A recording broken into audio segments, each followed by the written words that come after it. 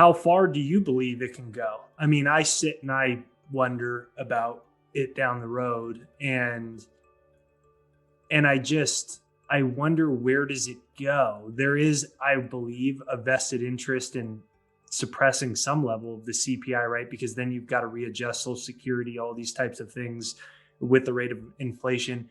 So then I wonder, well, you look at Russia, all these different places where the empire was collapsing, the currencies, everyone's starting to realize the currency is worth less and less, but the government is continuing to say, hey guys, everything's fine.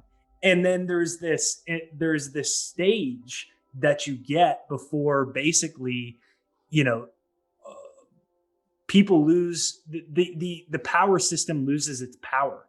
And I wonder, are we headed in that trajectory where there is ultimately a lapse of faith in currency? You said part of it depends on the government's response, and I'm just curious, what's your personal opinion on how this really plays out? Yeah, my overall opinion is that we're probably going to have more spikes of inflation like we saw this time. Like I said, I think energy markets will drive more of that later this decade. I think they probably will at some point pass an infrastructure bill before the midterms, but we could be surprised they might not. And so overall, my base case is to see an elevated period of inflation for the 2020s, and that it'll come in these kind of spikes rather than this kind of grinding inflation. So basically, what I've been kind of arguing is that a lot of people refer to the 70s when they think of inflation, but the 70s were very much loan driven. So banks were extending a lot of credit, and only towards the end of the decade did you start to see kind of significant fiscal deficits. But even then, they were actually pretty small as a percentage of global of national GDP compared to say the 40s or what we're experiencing now. And so in many ways, I point to the 40s as the closest approximation of what we have here, where it's very fiscal driven inflation, and it's at the end of a long term debt cycle, fourth turning type of phenomenon. Now, if you look at the 40s, for example, inflation averaged around 6%, but you had spikes, right? So it got as high as 20%, then it got as low as like -2% briefly. And so if you look at the whole average, it was somewhere around 6%, but interest rates were, roughly zero on the short end of the curve. They were capped at 2.5% on the long end of the curve. And so you got devalued in these kind of big devaluation pulses if you were holding cash or bonds. And so I think the 2020s, I think the magnitude is really kind of open for interpretation. I think that'll partially depend on how tight energy markets get, what some of the government decisions are. But I do think we're kind of in a similar pattern where we're going to have persistently negative real rates for most types of cash and bonds for most of the 2020s decade. And overall, I think the 2020s will be a higher average inflation level than say the 2010s decade by probably a pretty comfortable margin.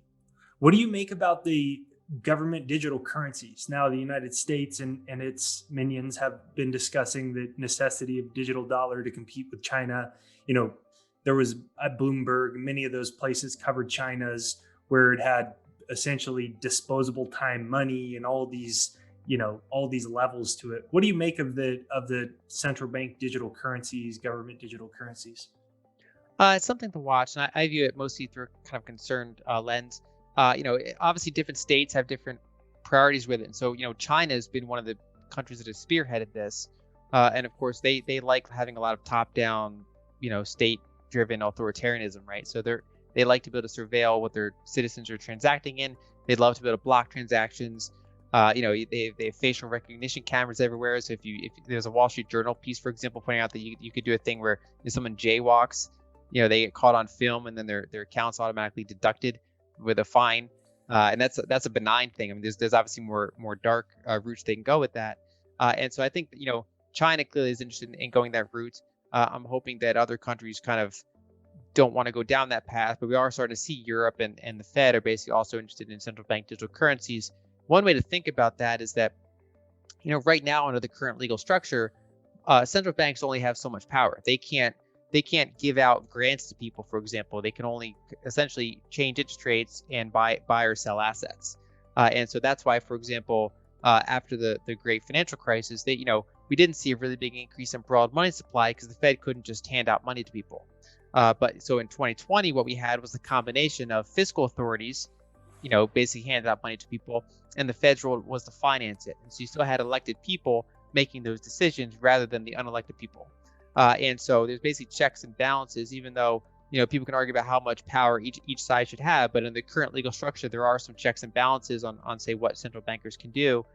Whereas if you say change the Federal Reserve Act, or if you change some of these laws, where central bankers can, put money directly into people's, say, Fed wallets or whatever, their central bank digital coins, they go around the banking system. That could, from their perspective, they like that because they have more tools to stimulate. If they want to, if there's a recession, or if there's kind of deflation happening, they can basically inject money into people's wallets. They can make it time sensitive so it expires. They can have different interest rates for different groups if they want. But that obviously, that's unelected people basically making what is essentially a fiscal decision at that point.